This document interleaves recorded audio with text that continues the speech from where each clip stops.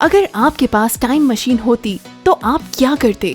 भविष्य में एक नजर डालेंगे ये जानने के लिए कि 30वें आईफोन में कितने कैमरे होंगे, या फिर आप किसी समुराई के साथ हाथ मिलाने के लिए समय में वापस जाना चाहेंगे। सभी को नमस्कार। ये सब काफी मनोरंजक है, लेकिन हम आपको कुछ और दिलचस्प बातें बताने वाले हैं। अरबों सालों पहले की जोखिम भरी यात्रा के बारे में आपका क्या ख्याल है? उस युग में जब मानव जाति का कोई अस्तित्व ही नहीं था। हमारा ग्रह एक बूढ़ी महिला की तरह है जिसकी उम्र 4.6 साल है। जरा सोचिए, आपको जन्मदिन के केक में कितनी मोमबत्तियां लगानी पड़ेंगी। इसका जीवन वास्तव में एक ब्राजीलियन टीवी सीरियल की तरह है, जहां हर नए एपिसोड में जानवरों और पौधों की नई प्रजातियां दिखाई देती हैं, नए महासागर और महाद्वीप बनते हैं। वैसे ये हमारा चैनल है, अगर आप अभी तक नहीं जानते हैं। चलो पैंगाई की सैर करने चलते हैं, जंगलों में घूमेंगे और पलायोलॉजिकल समुद्र में गोते लगाएंगे। तो फिर चलते हैं पृथ्वी के भूवैज्ञानिक युगों यात्रा पर।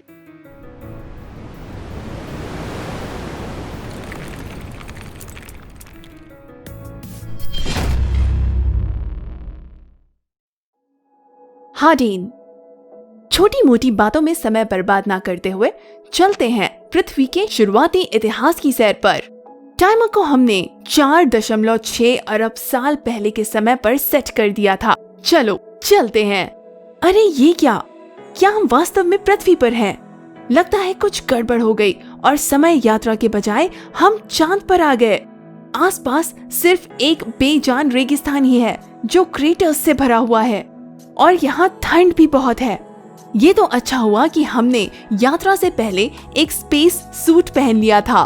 रेतीले रेगोलिथ में पैरों के निशान छप रहे हैं, उसी तरह जैसे नील आर्मस्ट्रॉन्ग। लेकिन उसकी तरह हम ह्यूस्टन से शिकायत भी नहीं कर सकते कि हमें एक समस्या आ गई।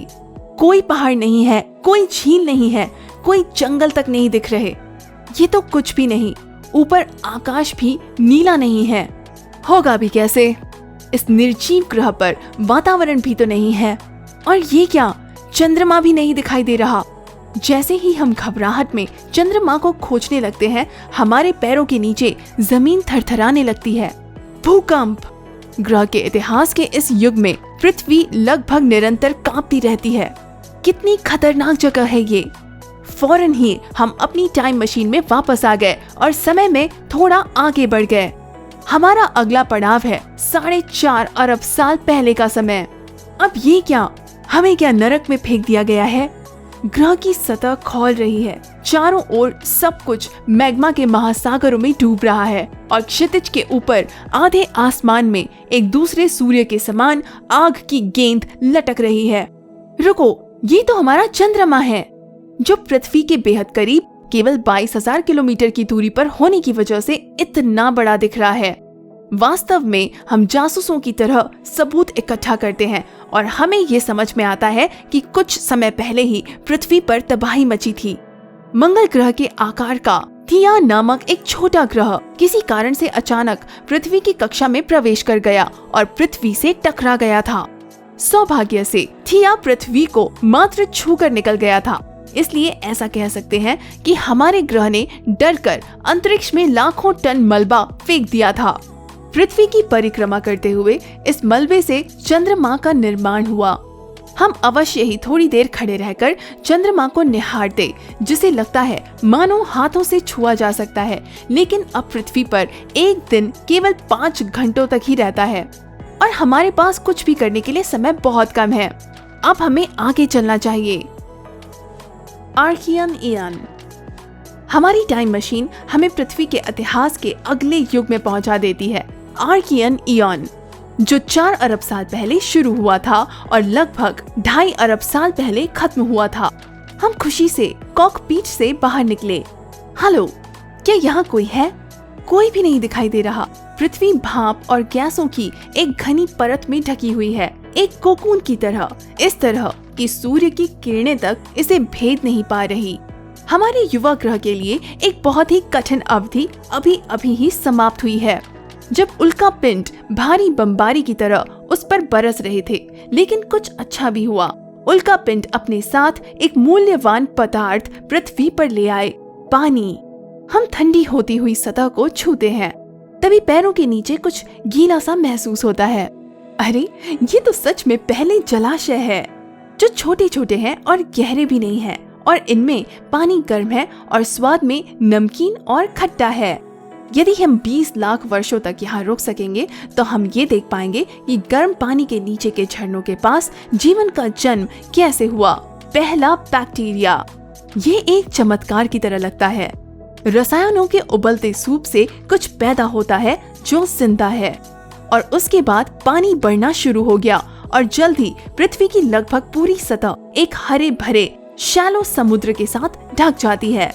ये बैक्टीरिया से भरा हुआ है और कहीं इसके बीचों बीच भूमि का एक छोटा टुकड़ा झांक रहा है। ये वालबरा सुपर कॉन्टिनेंट है। आकार में ये अभी के ग्रह की ठोस सतह के 5वें हिस्से से अधिक नहीं है, और अब तक इस पर कोई पौधे नहीं हैं। केवल सेडिमेंट्री चट्टानों से भरा एक अंतहीन रेगिस्तान है। इस बीच वातावरण में ऑक्सीजन बढ़ जाती है, जिसे बैक्टीरिया फोटोसिंथेसिस के दौरान बनाते हैं।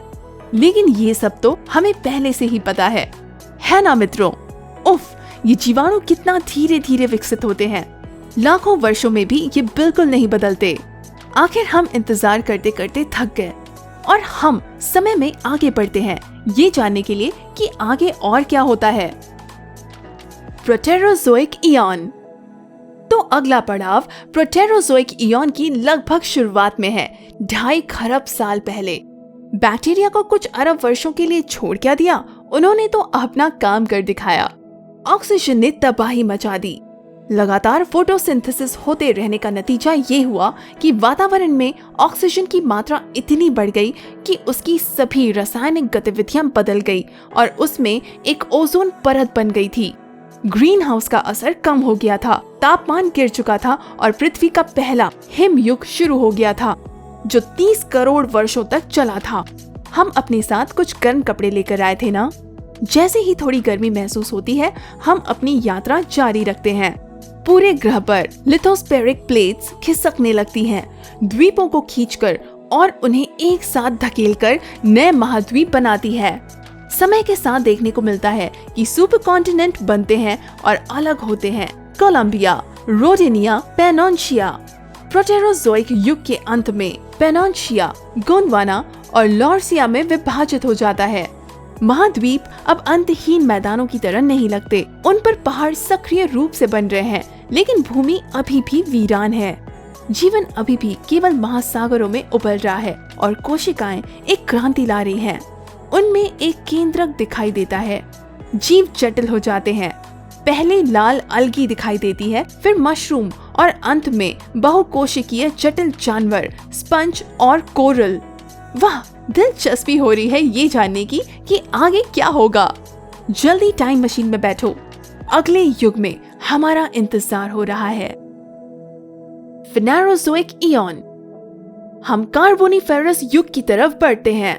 उस समय में पहुंचकर हमने प्राचीन सुपर कॉन्टिनेंट पेंगाई पर कदम रखा। हाँ, पृथ्वी पहले से बिल्कुल बदल गई है।